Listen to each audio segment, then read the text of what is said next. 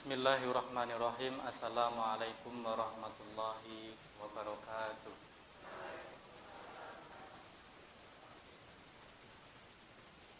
Alhamdulillahirabbil alamin. Alhamdulillahilladzi nahmaduhu wa nasta'inuhu wa nastaghfiruh wa na'udzu billahi min syururi anfusina wa min sayyiati a'malina. May yahdihillahu fala mudilla lahu wa may yudlilhu fala hadiyalah. Wa asyhadu an la ilaha illallah wa asyhadu anna Muhammadan abduhu wa rasuluhu la nabiyya wa la rasula ba'da. Yaqulu tabaraka wa ta'ala fi kitabihil karim ba'da an a'udzu billahi minasyaitonir rajim. Bismillahirrahmanirrahim.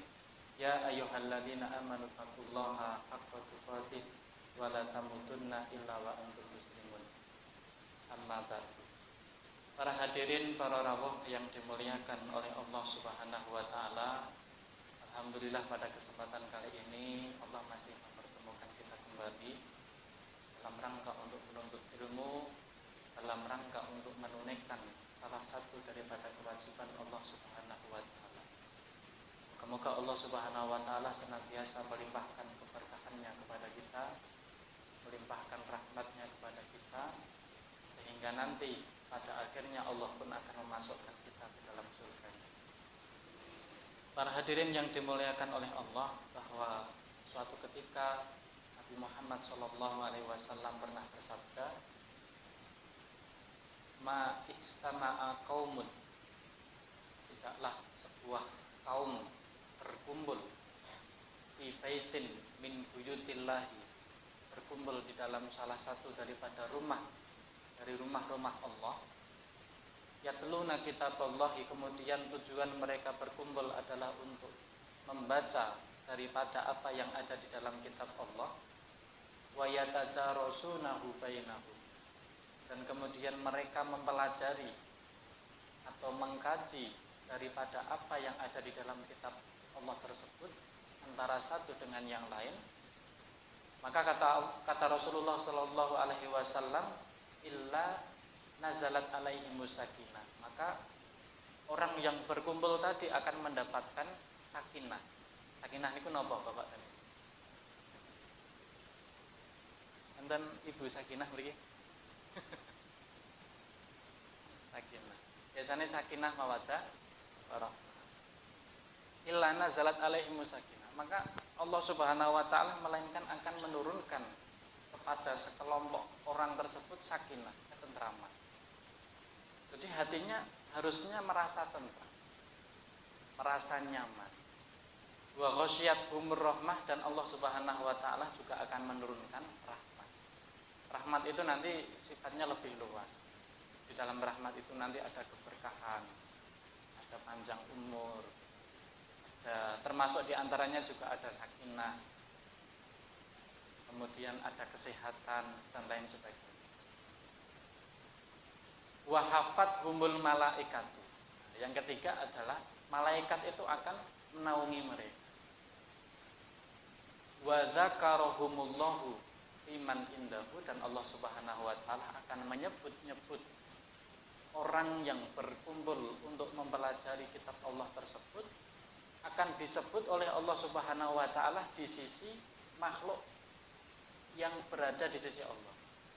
Jadi Allah Subhanahu wa taala memiliki makhluk, yaitu para malaikat yang berada di sisi Allah Subhanahu wa taala, dan orang-orang yang berkumpul di masjid ini misalkan untuk mempelajari kitab Allah itu nanti akan disebut-sebut, dari yang paling pojok sampai yang paling terakhir akan disebut-sebut satu persatu.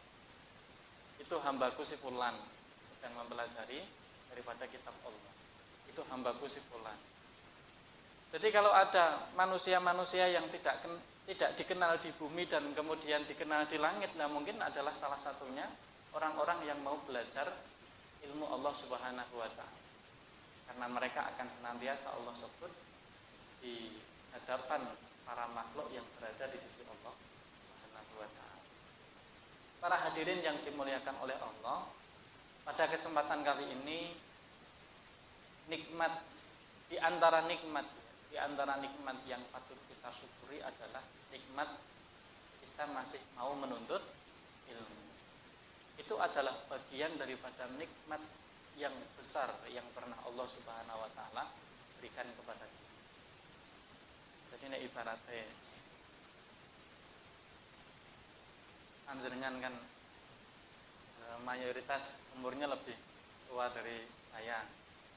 Ini rata-rata adalah bapak-bapak dan ibu. Walaupun mas-mas dan adik-adik adalah tidak begitu banyak. Jadi kerelaan hati bapak dan ibu sekalian untuk duduk di sini dan mendengarkan saya berbicara, padahal saya tidak jauh lebih, tidak, umurnya lebih muda, itu adalah bagian daripada bentuk usaha yang akan mendapatkan pahala. Kenapa? Karena memang fitrahnya manusia itu biasanya dia akan lebih mendengarkan siapa yang berada di sejajarnya atau orang yang lebih tua. Sementara mendengarkan anak-anak yang ngomong apa sih? Itu membutuhkan sesuatu pengorbanan yang lebih besar daripada harus mendengarkan orang yang lebih tua. Maka dari itu saya katakan pada kesempatan kali ini bahwa di antara kenikmatan yang Allah Subhanahu wa taala berikan kepada kita pada kesempatan kali ini adalah kenikmatan kita itu diberi kenikmatan untuk masih mau menuntut ilmu. Moga-moga janji Rasulullah Shallallahu Alaihi Wasallam berupa Allah akan menurunkan ketentraman, Allah akan memberikan rahmat, dan para malaikat akan menaunginya. Kemudian Allah akan sebut-sebut nama kita di sisi makhluk yang berada di sisi Allah itu benar-benar akan kita dapatkan. Para hadirin yang dimuliakan oleh Allah, pada kesempatan kali ini kita akan melanjutkan dari apa yang kita pelajari kemarin. Sedikit mungkin akan saya ulangi berkaitan dengan penjelasan cara menghilangkan najis. Najis itu apa, Bapak dan Ibu? Kotor. Tidak semua yang kotor itu najis. Bletok, tumbur itu kalau itu tidak najis ya, walaupun kotor. Nah, najis itu adalah perkara-perkara yang membatalkan wudu, ya, yang membatalkan wudu, di mana nanti akan ada pembahasan dibagi menjadi najis mughalladhah, najis mukhaffafah, dan najis mutawassithah. Nah, saya akan sedikit mengulang cara membersihkan najis mughalladhah, mukhaffafah, dan mutawassithah. Beliau mengatakan di dalam kitab ini al-mughalladhatu, najis mughalladhah itu najis apa kemarin? Najis gubuk dan najis temannya gubuk. Tudharu bisab'i ghusalatin, itu dibersihkan dengan 7 kali pembersihan. Jadi ada 7 kali. Ba'da izalati ainiha, membersihkan najis mughalladhah sebanyak 7 kali itu dilakukan setelah mencuci najisnya, setelah menghilangkan najisnya. Misalkan kalau beliau menyebutkan di antara yang dianggap najis itu adalah lu'abuha, air liurnya, au bauluha, air kencingnya, au irbuha, atau keringatnya, au mulaqatu ajza'i badaniha, atau bersentuhan dengan badannya, maka langkah yang pertama untuk membersihkan najis mughalladhah adalah dengan membersihkan wujud najisnya. Kalau misalkan dijilat oleh anjing, dijilat oleh kuku, ya dibersihkan liurnya dulu. Dibersihkan liurnya dulu sampai bersih dan tidak ada, baru itu dicuci sebanyak 7 kali. Ihdahunna biturabin, dan salah satu daripada 7 pencucian tersebut adalah menggunakan tanah. Pendapat yang lebih utama adalah setelah membersihkan wujud daripada najisnya, najis mughalladhah, yaitu mencampur tanah dengan air. Mencampur tanah dengan air, kemudian digosok-gosokkan di area atau di tempat yang terkena najis mughalladhah. setelah digosok-gosokkan, kemudian itu sudah dianggap satu kali pencucian.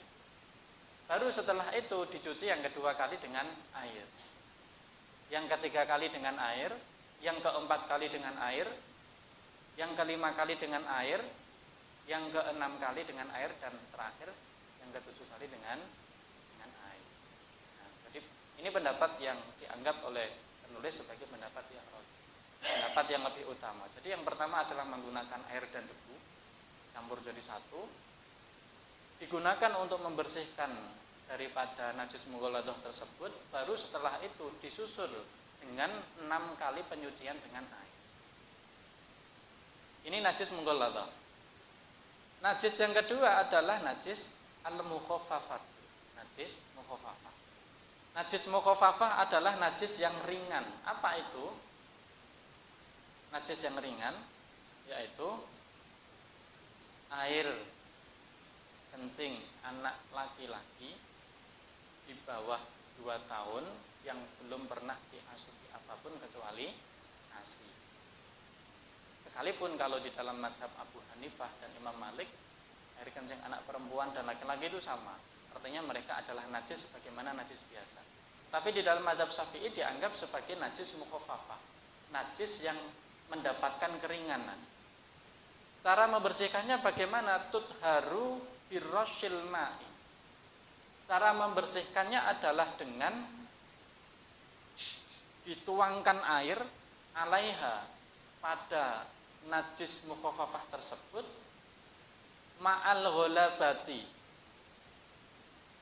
Airnya itu harus lebih banyak daripada najisnya. Misalkan ada anak laki-laki yang pipis, anak laki-laki yang memenuhi syarat tadi pipis, sekitar berapa sih pipisnya anak laki-laki? Misalkan 5 mili. 5 mili mengenai baju. Nah, maka harus kita siramkan air itu tidak boleh kurang dari 5 mili atau 5 mili yang sama, harus lebih banyak.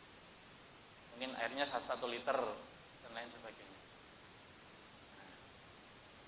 Wa izalati ainiha, dan harus benar-benar melihat bahwa air kencing anak laki-laki yang di bawah 2 tahun yang belum diasupi apapun oleh ASI itu harus hilang. Jadi tidak boleh tersisa, misalkan kok masih ada aroma pesingnya dan lain sebagainya, maka itu harus dicuci dengan air. Ya, ini memang syaratnya lebih ketat. Ini namanya najis mukhaffafah. Hanya ada pada air kencing anak laki-laki tersebut. Dan yang terakhir adalah wal mutawassithah. Najis mutawassithah. Najis mutawassithah itu najis selain daripada mughalladah dan najis mukhaffafah. Kemarin kita sudah mempelajari najis mutawassithah itu apa saja. Ada banyak sekali ya. Yang pertama adalah air kencing, yang kedua adalah madhi, yang ketiga adalah wadi, yang keempat adalah kotoran ataupun ya kotoran dalam arti kotoran manusia ataupun kotoran binatang yang dimakan atau yang tidak dimakan. Yang kelima adalah anjing, yang keenam babi, yang ketujuh peranakan-peranakannya. Ada juga beliau menyebutkan air nanah atau air luka itu dengan beberapa ketentuannya, kemudian darah, kemudian khomer, jadi arak yang sifatnya cair itu adalah najis. Tetapi kalau ada barang yang memabukkan tapi sifatnya itu tidak cair seperti pil, ganja dan lain sebagainya, itu tidak najis. Jadi yang najis itu adalah yang cair. Kita tidak hafal mereknya. Kemudian muntahan termasuk daripada najis. Dan beliau juga menyinggung sedikit daripada asapnya, asap najis. Jadi kalau ada bangkai kambing misalkan, kemudian bangkai itu dibakar dan kemudian asapnya itu mengenai pakaian sehingga aroma daripada pakaian itu seperti aroma bangkai, maka maka itu dapat membuat pakaian tersebut menjadi najis. Dan beliau juga menyebutkan bahwa air liur, air apa namanya, iler, itu kalau diyakini bahwa itu keluar dari lambung maka itu najis, tapi kalau tidak diyakini itu keluar dari lambung maka tidak najis. Nah, itu namanya najis mutawasitoh, najis yang bertengah. Najis mutawasitoh ini dibagi menjadi dua, Bapak dan Ibu yang dimuliakan oleh Allah. Wal mutawasitotu tungkosamu ila kismaini. Dan mutawasitoh itu dibagi menjadi dua bagian. Yang pertama adalah ainiyatun. Yang pertama adalah ainiyah. Yang kedua adalah hakimiyatun, hakimiyah. Ainiyah itu apa? Ainiyah adalah dia allati laha launun, yaitu najis yang menyisakan warna, warihun dan menyisakan aroma, wa ta'mun dan menyisakan rasa.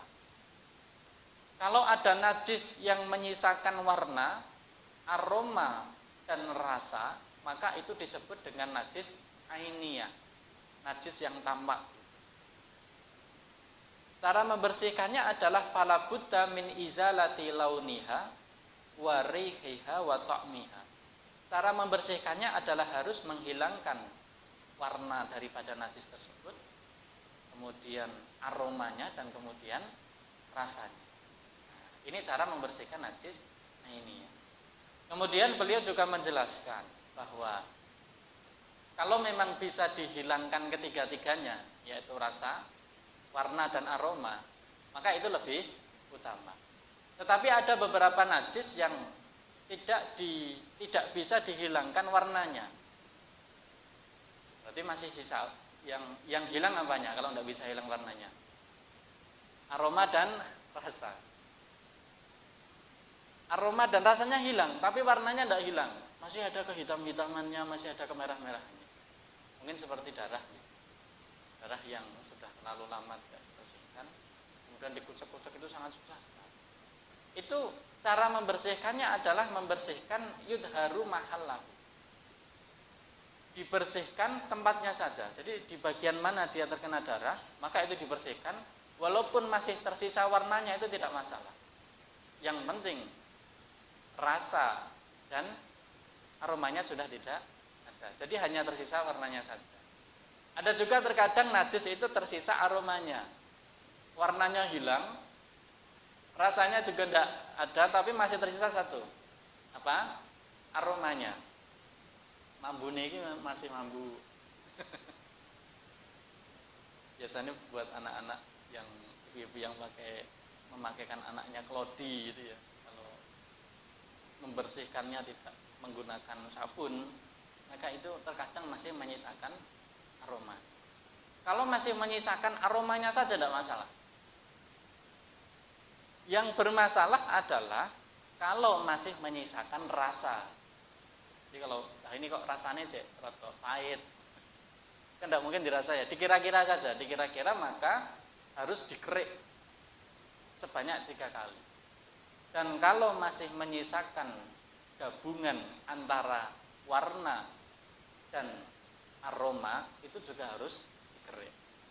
Nah, jadi kalau hanya cukup warnanya saja atau aromanya saja, maka itu cukup dibersihkan ala kadarnya. Tetapi kalau masih menyisakan rasa atau masih menyisakan warna dan aroma secara gabungan, maka itu harus dikerik sebanyak 3 kali. Ini adalah cara membersihkan najis ainiyah, najis yang ada rasa, ada warna dan ada aroma.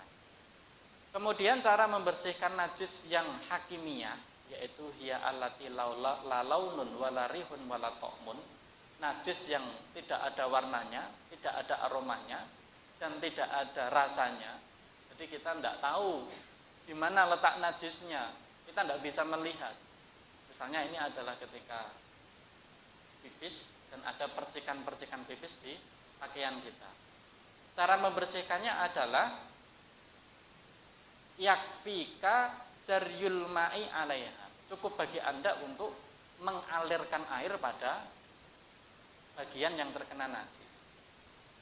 Jadi cukup disiram begitu saja. Tidak perlu panjenengan mencucinya sebagaimana najis ainiyah. Jadi najis hakimiyah agak mirip dengan najis mukhafafah. Ini adalah 3 pembahasan berkaitan dengan cara mensucikan najis mughalladhah, cara mensucikan najis mukhafafah, dan najis mutawassithah. Najis mutawassithah dibagi menjadi 2. Yang pertama adalah ainiyah, yang tampak mata, ada rasanya, ada warna, dan ada aroma. Dan yang kedua adalah najis hakimiyah, yang tidak tampak mata. Kemudian pembahasan setelahnya adalah ini berkaitan dengan haid dan istihadhah. Bapak-bapak tidak perlu tahu jadi, tapi tahu ya lebih baik karena mengajarkan kepada ibu-ibu yang tidak berangkat atau kepada anak. Fi bayani qadril haidi wa ma yudkaru ma'ahu. Penjelasan berkaitan dengan kadar haid dan hal apa saja yang disebutkan bersamaan dengan haid. Aqallul haidi, masa minimum haid itu adalah yaumun wa lailatun. Masa minimal haid itu adalah 1 hari 1 malam. 1 hari 1 malam itu berapa jam? 24 jam.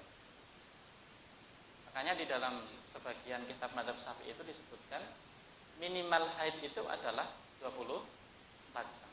Ini kaidahnya dulu gitu. Nanti akan kita jelaskan bagaimana. Wa ghalibuhu, dan pada umumnya haid itu terjadi pada wanita situn au sab'un, 6 hari atau 7 hari. Minimalnya adalah 24 jam. Pada umumnya adalah 6 atau 7 hari. Wa aktaruhu, dan paling banyak khamsata asyara yauman ilayali. Paling banyak adalah 15 hari dan malam. Paling sedikit 24 jam. Pada umumnya kebanyakan wanita itu adalah 6 sampai 7 hari, dan paling banyak itu adalah 15 hari. 24, 6 atau 7 sampai 15 hari. Kajian ini dirumuskan oleh beliau Imam Syafi'i karena melihat tradisi atau kebiasaan yang terjadi pada wanita Arab pada zaman dahulu. Ya, sebenarnya tidak jauh-jauh berbeda. Ini kita akan mengkaji pelajaran haid dan istihadhah berkaitan dengan mazhab Syafi'i. Nanti di dalam mazhab yang lain akan berbeda lagi. Aqallu tuhri bainal haidhotaini, masa suci paling minimal antara 2 haid, ya, antara jarak 1 haid dengan haid selanjutnya gitu, masa minimalnya adalah khamsata asyara yauman, itu 15 hari. Jadi dari sini tidak mungkin kalau ada wanita yang haid dari haid yang kemarin itu belum 15 hari, maka tidak mungkin menurut kaidah ini. Jadi jarak antara 1 haid dengan haid nanti setelahnya itu minimal adalah 15 hari. Wa ghalibuhu, dan pada umumnya arba'ata wa ishruna yauman, 24 hari, au salatata wa ishruna yauman, atau 23 hari. Ini dikembalikan pada angka 6 atau pada angka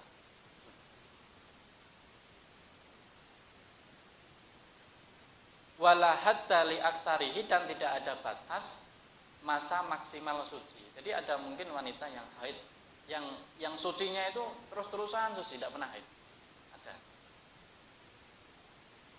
Aqallun nifasi, sedangkan masa minimal nifas adalah majatun, sekejap.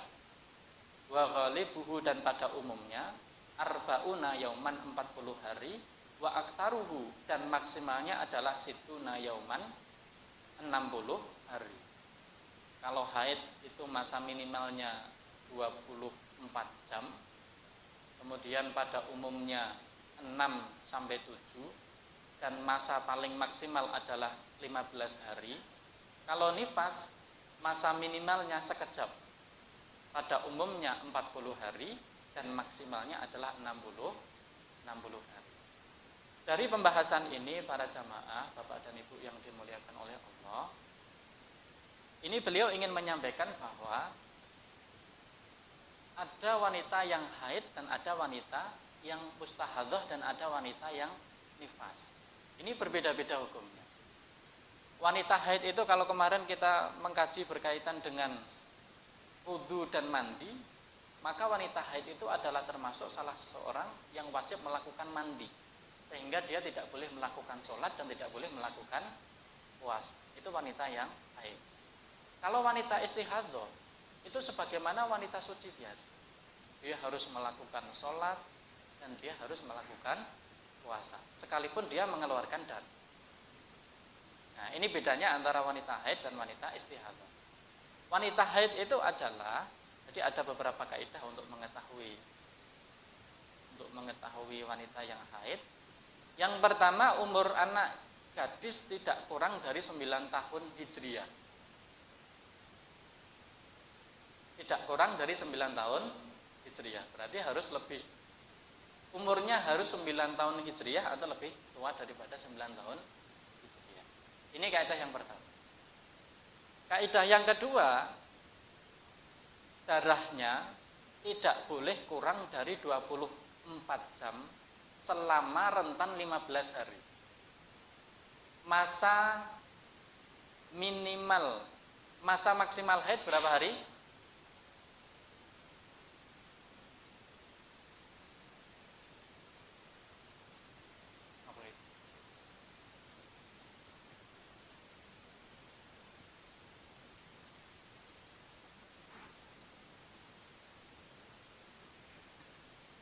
Mari mboten ngantuk ya. Masa maksimal haid berapa hari? Maksimal haid adalah 15 hari. Kaidah yang pertama adalah umurnya 9 tahun tadi. Nah, kaidah yang kedua adalah darah haid itu tidak boleh kurang dari 24 jam dalam rentan 15 hari. 24 jam ini diambil dari masa minimal haid. 15 hari diambil dari masa maksimal haid. Kalau misalkan ada seorang wanita yang misalkan tanggal 1 haid, di hari itu dia keluar haidnya adalah 1 jam. Kemudian di tanggal kedua keluar haidnya, darahnya itu keluar selama 2 jam. Kok nanti sampai tanggal yang ke-15 itu dihitung jumlahnya adalah 24 jam, maka itu adalah darah haid. Tapi kok sampai tanggal 15 yang keluar itu tidak atau kurang daripada 24 jam, darahnya itu keluarnya itu kurang daripada 24 jam, maka itu tidak disebut dengan darah haid. Berarti itu adalah darah istihadhah. Jadi misalkan begini, Bu. Misalkan seseorang memiliki kebiasaan keluar darah haid itu adalah 6 hari. Misalkan 6 hari. Ini hari spesial, bulan ini spesial. Biasanya ini akan jatuh di tanggal 1 sampai tanggal 5 hari ya, misalkan 1 sampai tanggal 5. Begitu tanggal 1 kok kemudian keluar darah haid, misalkan keluarnya itu 1 jam, maka dia langsung meninggalkan sholat. Karena kenapa? Karena menduga itu adalah darah haid. Di tanggal yang kedua keluar lagi, selama 1 hari itu 1 jam. Berarti terkumpul berapa jam? 2 jam. Hari yang ketiga keluar lagi 2 jam. Terkumpul berapa? 4 jam. Hari yang nyata darah haidnya itu hanya 7 jam. Jadi untuk mencapai 24 jam itu kurang. dan kemudian kok berhenti dari hari yang kelima tersebut sampai hari yang ke-15 berhenti, tidak keluar darah haid lagi, maka darah itu bukan darah haid, tetapi darah istihadah. Nah, bagaimana kalau sudah kadung tidak sholat? Artinya sudah kita kira itu adalah darah haid, ternyata setelah 15 hari kita hitung loh, ternyata kok kurang daripada 24 jam. Dan itu dianggap sebagai darah istihadah. Maka sholat yang kita tinggalkan itu harus diqadha. Dosa apa tidak? Tidak dosa. Jadi diganti pada kesempatan yang lain. Oh iya, saya selama 5 hari ini tuh meninggalkan sholat ini dan ini. Kemudian nanti ketika tiba sholat duhur, saya duhurnya berapa kali yang saya tinggalkan? Oh, ada 4 duhur misalkan. Sholat duhur sekarang kita ganti 1. Kemudian sholat duhur besoknya lagi kita ganti 1 dan lain sebagainya. Bisa dimaksud Bapak dan Ibu? Selimut gitu. Kaidah yang kedua adalah darah itu tidak boleh kurang daripada 24 jam dalam rentan 15 hari. 24 jam 15 hari.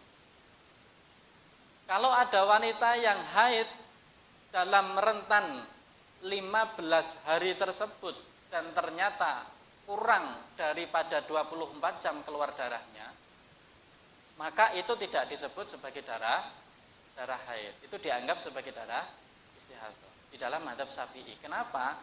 Karena minimal haid itu adalah 1 hari 1 malam.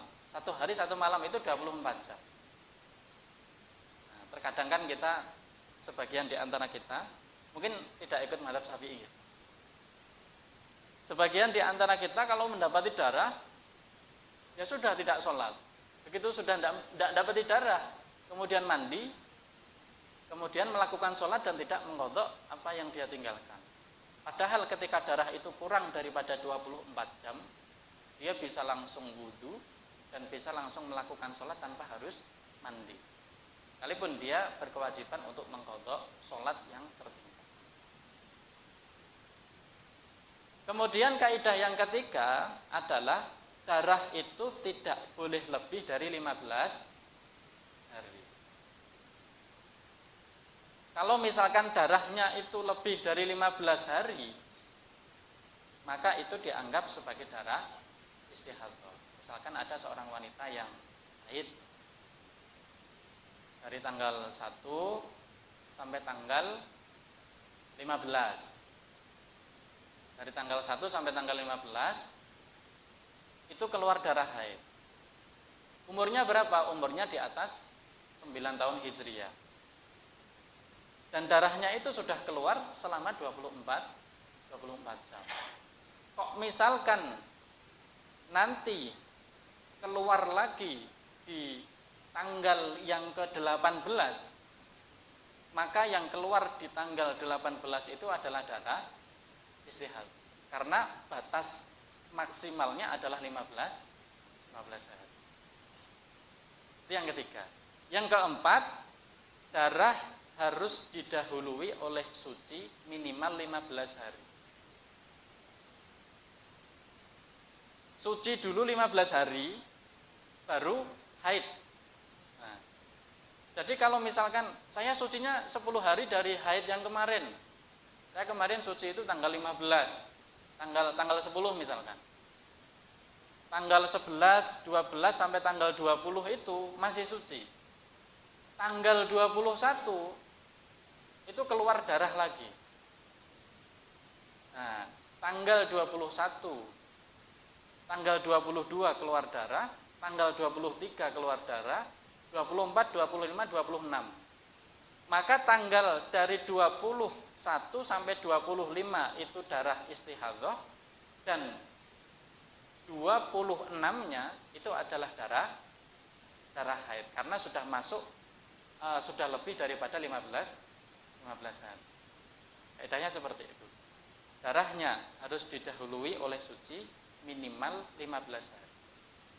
Jadi kalau ada darah keluar dari wanita dan darah itu keluar sebelum 15 hari suci dari haid sebelumnya, maka itu dianggap sebagai darah istihadah. Dan yang terakhir adalah darah tersebut tidak boleh didahului oleh melahirkan, kelahiran. Kalau didahului oleh kelahiran kemudian keluar darah, maka itu namanya darah nifas, bukan darah haid lagi. Jadi misalkan ada anak yang datang, saya keluar darah haid, saya keluar darah, apakah itu darah haid? Maka pertama harus kita tanya, umurnya berapa? Umur saya 12 tahun. Berarti sudah masuk ya? Sudah masuk. Nah, ini kemungkinan darah haid. Kemudian ditanya,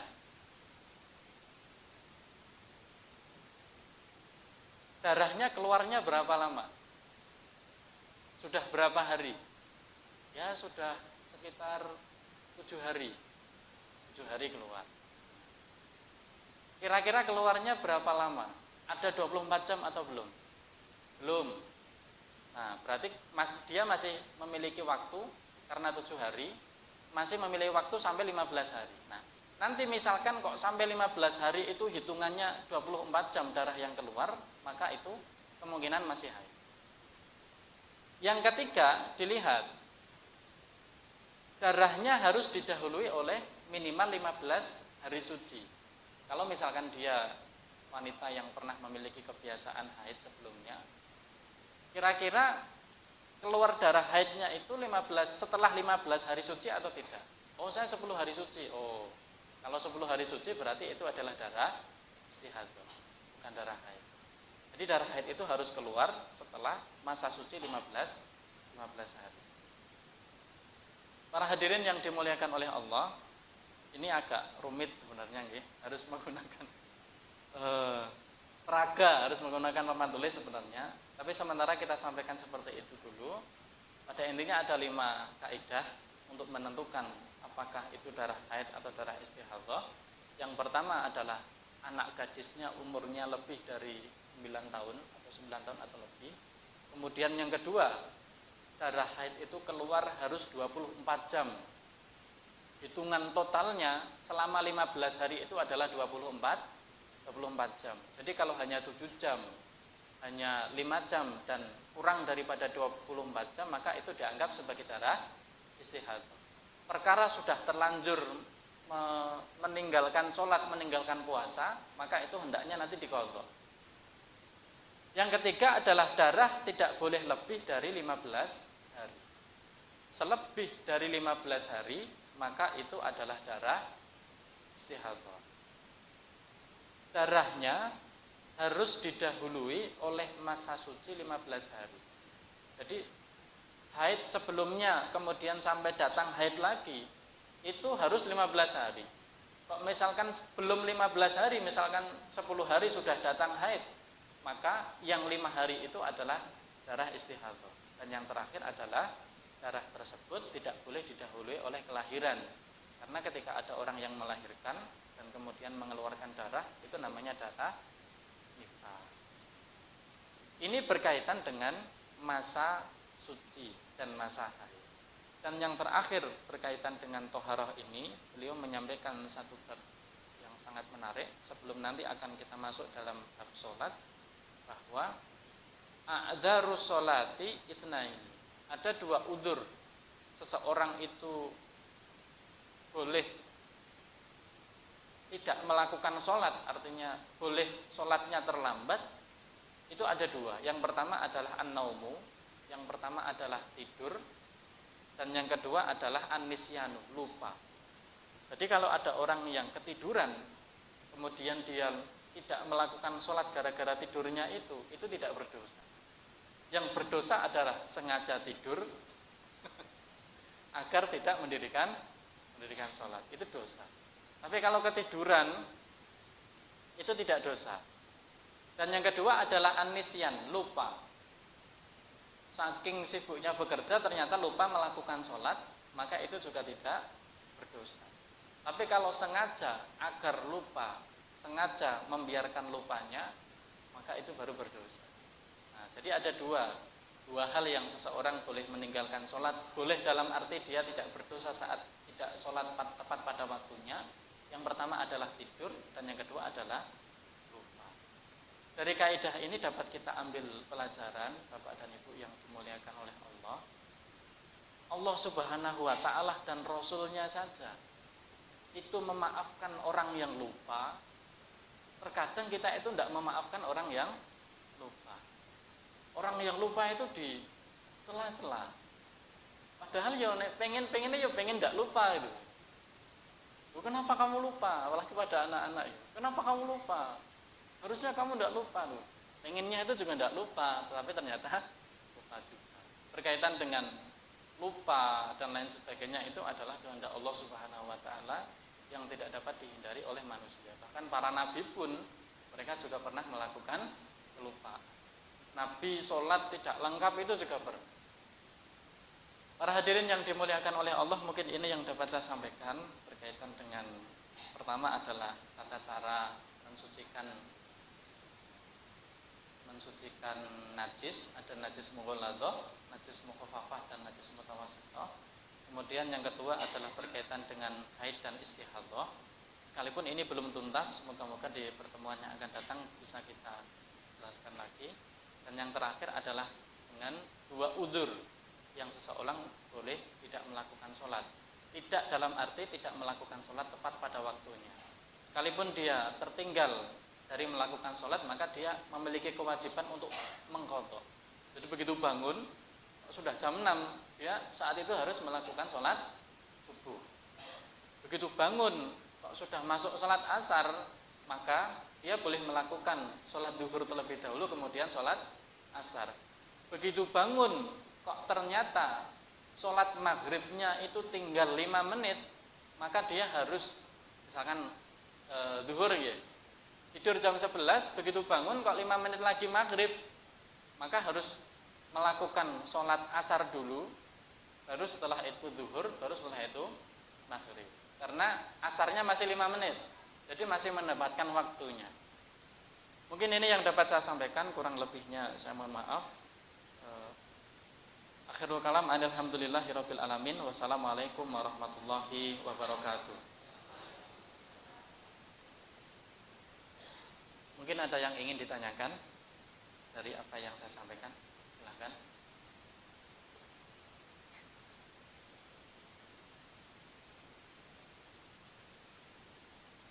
Nggih. Oh nggih.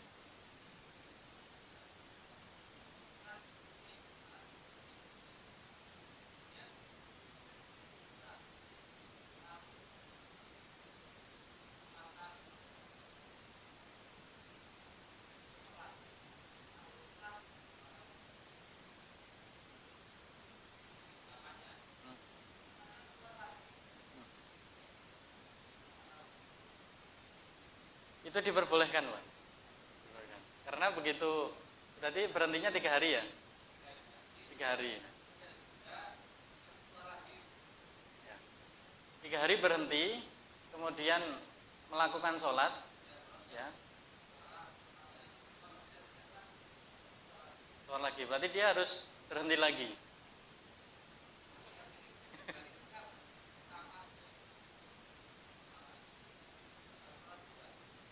Ya, tetap harus sholat.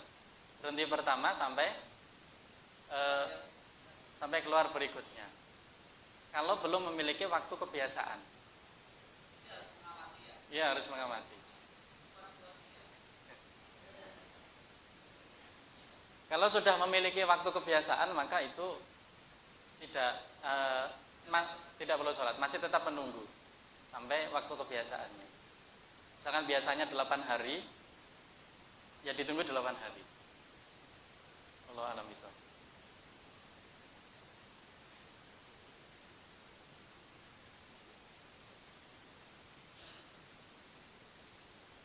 Tidak ada, saya kembalikan kepada pembawa acara.